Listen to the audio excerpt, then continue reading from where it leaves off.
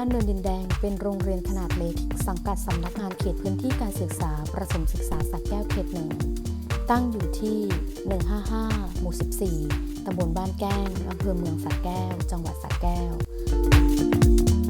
เปิดทำการสอนตั้งแต่ระดับชั้นอนุบาล 2 ถึงชั้นประถมศึกษาปีที่ 6 มีเขตพื้นที่บริการ 1 หมู่บ้านคือหมู่ 14 ปัจจุบันมีนักเรียนทั้งหมด 75 คน มีข้าราชการครูและบุคลากรทางการศึกษาทั้งหมด 10 คนดังนี้ 1. นางสาวอุบลรัตน์บุญพร้อมผู้อำนวยการโรงเรียนบ้านเนินดินแดง 2. นายชยุทธ ประนิคมครูชำนาญการพิเศษ 3. นางสาวกาญจนานึกธรรมครูชำนาญการพิเศษ 4. นางสาวพัทราพร มวงศาครูชำนาญการพิเศษ 5. นายศิรเศรษฐ์โสภาสีครูคศ 1 6. นางสาววรรณิดากุศรำครูคศ 1 7. นายอาทิตย์กงแก้วบุคลากรวิทย์ 8. นางสมปองจ้อยชัยครูพี่เลี้ยงเด็กพิการ 9. นางสาวนันทวรรณเอี่ยมสะอาดเจ้าหน้าที่ธุรการ 10. นายสมพงษ์ดีประสงค์นักการพานโรงโรงเรียนบ้านเนินดินแดงได้ดำเนินงานตามแนวทาง SK1 CAI สู่มาตรฐานโรงเรียนคุณภาพดังนี้ มิติที่ 1 ห้องเรียนคุณภาพองค์ประกอบที่ 1 บรรยากาศในชั้นเรียนและแหล่งเรียนรู้ครูจัดบรรยากาศในชั้นเรียนทั้งภายในและภายนอกห้องเรียนเพื่อส่งเสริมให้นักเรียนเกิดการเรียนรู้มีวัสดุอุปกรณ์สิ่งอำนวยความสะดวกประจำห้องเรียนมีข้อมูลพื้นฐานที่จำเป็นของห้องเรียนตามเกณฑ์ที่กำหนดนอกจากนี้โรงเรียนยังได้จัดมาตรการป้องกันการแพร่ระบาดของโรคติดเชื้อไวรัสโคโรนา 2019 โดยจัดให้มีจุดคัดกรองวัดอุณหภูมิร่างกายของนักเรียนทุกคนก่อนเข้าเรียนนักเรียนและครูสวมใส่หน้ากากอนามัยหรือหน้ากากผ้าตลอดเวลาที่จัดกิจกรรมการเรียนการสอนองค์ประกอบที่ 2 การบริหารจัดการชั้นเรียนครูมีบุคลิกภาพที่ดีสุภาพเรียบร้อยทั้งการแต่งกายและการพูดที่เป็นกัลยาณมิตรกับนักเรียนและเพื่อนร่วมงานครูมีพฤติกรรมการสอนที่เน้นผู้เรียนเป็นสำคัญใช้เทคนิคการสอนที่หลากหลายเพื่อส่งเสริมให้ผู้เรียนเกิดการเรียนรู้กล้าคิดกล้าแสดงออกองค์ประกอบที่ 3 กระบวนการจัดการเรียนรู้ที่เน้นผู้เรียนเป็นสำคัญครูประจำชั้นจัดทำแผนการจัดการเรียนรู้ที่สอดคล้องกับมาตรฐานและตัวชี้วัดตามหลักสูตรการจัดกิจกรรมการเรียนรู้ที่หลากหลายและตอบสนองต่อความต้องการของผู้เรียนฝึกทักษะการคิดวิเคราะห์มีการใช้สื่อนวัตกรรมเทคโนโลยีและแหล่งเรียนรู้ทั้งภายในและภายนอกห้องเรียนองค์ประกอบที่ 4 สื่อนวัตกรรมและเทคโนโลยีโรงเรียนได้จัดหาอุปกรณ์พื้นฐานที่เอื้อต่อการจัดการเรียนรู้เช่นเครื่องคอมพิวเตอร์ประจำห้องเรียนเครือข่ายอินเทอร์เน็ตโทรทัศน์สีไม่น้อยกว่า40นิ้วมีเครื่องพิมพ์เอกสารและอื่นๆที่อยู่ในสภาพใช้งานได้จัดวางอุปกรณ์ทุกอย่างเป็นระเบียบเรียบร้อยและปลอดภัยต่อผู้ใช้งานมีการใช้สื่อการจัดการเรียนการสอนที่หลากหลายเช่นการใช้สื่อ DLTV การใช้โปรแกรมพื้นฐานทางการศึกษาที่ใช้ในการจัดการเรียนการสอนเช่น PowerPoint Excel Word การจัดเก็บข้อมูลอย่างเป็นระบบด้วย Cloud Computing Office มีโปรแกรมประยุกต์และโปรแกรมสนับสนุนการเรียนรู้เช่นการตัดต่อภาพ Photoshop ตัดต่อวิดีโอ Movavi โปรแกรมบันทึกเสียง Mu Recorder โปรแกรม Scratch Google G Suite Google Form ใช้ในการทำแบบสอบถามการลงชื่อเข้าเรียนออนไลน์การใช้โปรแกรม Zoom ในช่วงสถานการณ์โควิดการใช้ Google Sheet ในการบันทึกผลคะแนนออนไลน์การใช้แอปพลิเคชัน ClipCut เพื่อตัดต่อวิดีโอลงแอป TikTok เพื่อส่งผลงานเข้าร่วมประกวดส่งผลให้นักเรียนชั้นประถมศึกษาปีที่ 6 ได้รับเกียรติบัตรจากการประกวดทุกคนองค์ประกอบที่ 5 ผลการเรียนรู้ของผู้เรียนโรงเรียนบ้านเนินดินแดงได้ดำเนินการตามนโยบายของสำนักงานเขตพื้นที่การศึกษาประถมศึกษาสระแก้วเขต 1คืออ่านเขียนต้องได้ภาษาอังกฤษต้องดี ICT ต้องเหนือชั้นโรงเรียนมีการจัดทำและจัดหาสื่อนวัตกรรมร่วมกับกิจกรรมที่หลากหลายส่งผลให้นักเรียนมีความรู้ความสามารถด้านการอ่านการเขียนภาษาไทยผ่านเกณฑ์การวัดและการประเมินผลอยู่ในระดับดีคิดเป็นร้อยละ 84.0นักเรียนมีความรู้ความสามารถการสื่อสารภาษาอังกฤษผ่านเกณฑ์การวัดและการประเมินผลอยู่ในระดับดีคิดเป็นร้อยละ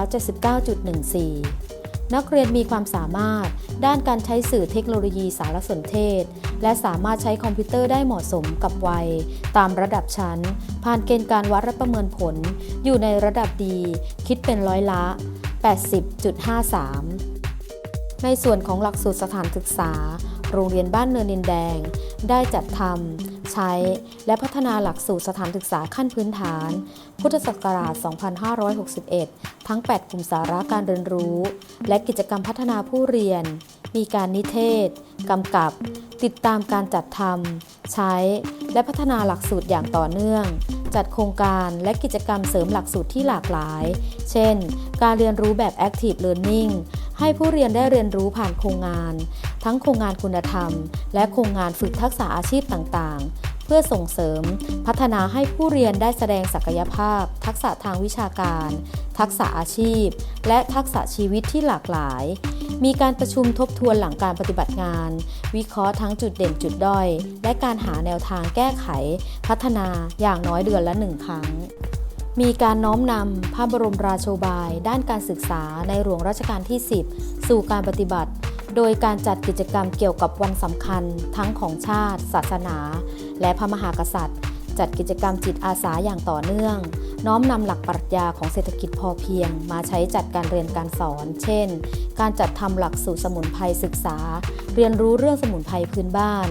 การปลูกผักเกษตรอินทรีย์โดยใช้ปุ๋ยจุลินทรีย์สังเคราะห์แสงและยาไล่แมลงจากธรรมชาติการผลิตสบู่เหลวล้างมือการทำน้ำยาล้างจานสูตรมะกรูดและการทำหน้ากากอนามัยจากผ้าองค์ประกอบที่ 6 ผลการปฏิบัติที่เป็นเลิศวิธีปฏิบัติที่ดีระดับชั้นเรียน Best Practice เรื่องการพัฒนาทักษะคอมพิวเตอร์สู่ความเป็นเลิศโดยยึดค่านิยมหลักของคนไทย 12 ประการเนื่องจากปัจจุบันผู้เรียนมีการเรียนรู้ผ่านช่องทางสื่อออนไลน์อย่างหลากหลายอาจส่งผลให้ผู้เรียนมีพฤติกรรมในการใช้สื่อออนไลน์ไปในลักษณะที่ไม่พึงประสงค์จึงได้มีการส่งเสริมให้ผู้เรียนแสดงพฤติกรรมที่ดีงามคือค่านิยมหลักของคนไทยในข้อที่ 9 การมีสติรู้ตัวรู้คิดรู้ทำรู้ปฏิบัติตามพระราชดำรัสของพระบาทสมเด็จพระเจ้าอยู่หัวกับการพัฒนาทักษะคอมพิวเตอร์สู่ความเป็นเลิศเพราะมีความเชื่อว่า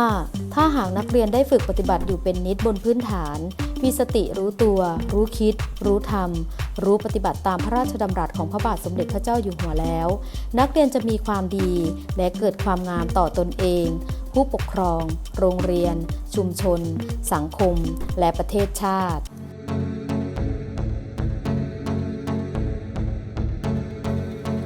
มิติที่ 2 ระบบบริหารจัดการคุณภาพของโรงเรียนบ้านเนินดินแดงได้กำหนดวิสัยทัศน์ดังนี้โรงเรียนบ้านเนินดินแดงมุ่งพัฒนานักเรียนให้มีคุณภาพเป็นพลเมืองที่ดีในศตวรรษที่ 21 ซึ่งวิสัยทัศน์ดังกล่าวมีความสอดคล้องกับบริบทและความต้องการของชุมชน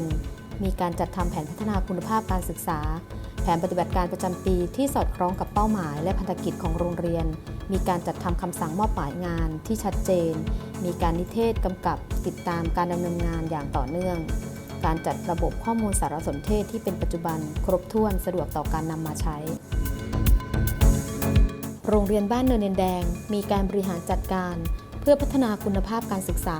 โดยได้กำหนดยุทธศาสตร์การบริหารงานภายใต้แนวคิดเข้าใจเข้าถึงพัฒนาโดยการบริหารจัดการแบบมีส่วนร่วมของบวรบ้านวัดโรงเรียนและอาศัยทฤษฎีการบริหารการศึกษาคือวงจรเดมมิงและหลักปรัชญาของเศรษฐกิจพอเพียงในการขับเคลื่อนกลยุทธ์เพื่อมุ่งเน้นให้ผู้เรียนมีทักษะที่จำเป็นในศตวรรษที่ 21 ตามมาตรฐานการศึกษาขั้นพื้นฐานภายใต้การบริหารงานตามหลักธรรมาภิบาลโรงเรียนได้จัดโครงสร้างการบริหารงานออกเป็น 4 ฝ่ายดังนี้ 1. งานวิชาการมีการบริหารงานวิชาการที่เน้นผู้เรียนเป็นสำคัญรอบด้านตามหลักสูตรสถานศึกษาครบถ้วน 2. งานบุคคลมีการส่งเสริมครูให้เป็นบุคลากรมืออาชีพและจัดให้มีชุมชนการเรียนรู้ทางวิชาชีพเพื่อพัฒนางาน 3. การบริหารงานทั่วไปจัดสภาพแวดล้อมทางกายภาพและสังคมที่เอื้อต่อการจัดการเรียนรู้อย่างมีคุณภาพและปลอดภัย 4. งานงบประมาณใช้หลักการบริหารโดยการใช้หลักคุ้มค่าคล่องตัวโปร่งใสและตรวจสอบได้ผ ลการปฏิบัติที่เป็นเลิศด้านการบริหารจัดการโรงเรียนที่ประสบผลสำเร็จคือ การพัฒนาสถานศึกษาสีขาวปลอดยาเสพติดและอบายมุขโดยใช้รูปแบบ KM Clean ซึ่งทางโรงเรียนได้รับรางวัลสถานศึกษาสีขาวระดับเหรียญเงินเมื่อปีการศึกษา 2562 และทางโรงเรียนยังได้ดำเนินงานกิจกรรมต่างๆ อย่างต่อเนื่องมาจนถึงปัจจุบัน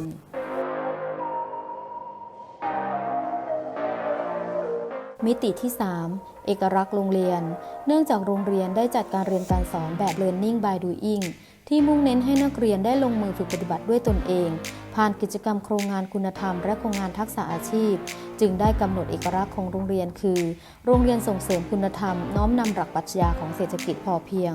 โรงเรียนได้มีการวางแผนการกำหนดเอกลักษณ์โดยการศึกษาวิเคราะห์สภาพบริบทค่านิยมและวัฒนธรรมของโรงเรียนมีการแต่งตั้งคณะกรรมการในการขับเคลื่อนเอกลักษณ์จัดทำคู่มืออัตลักษณ์และเอกลักษณ์มีโครงการและกิจกรรมต่างๆเพื่อขับเคลื่อนเอกลักษณ์ลงสู่การปฏิบัติมีการนิเทศกำกับติดตามเผยแพร่เอกลักษณ์โดยการประชาสัมพันธ์ผ่านหน้าเว็บเพจและเผยแพร่ผลงานไปยังโรงเรียนอื่น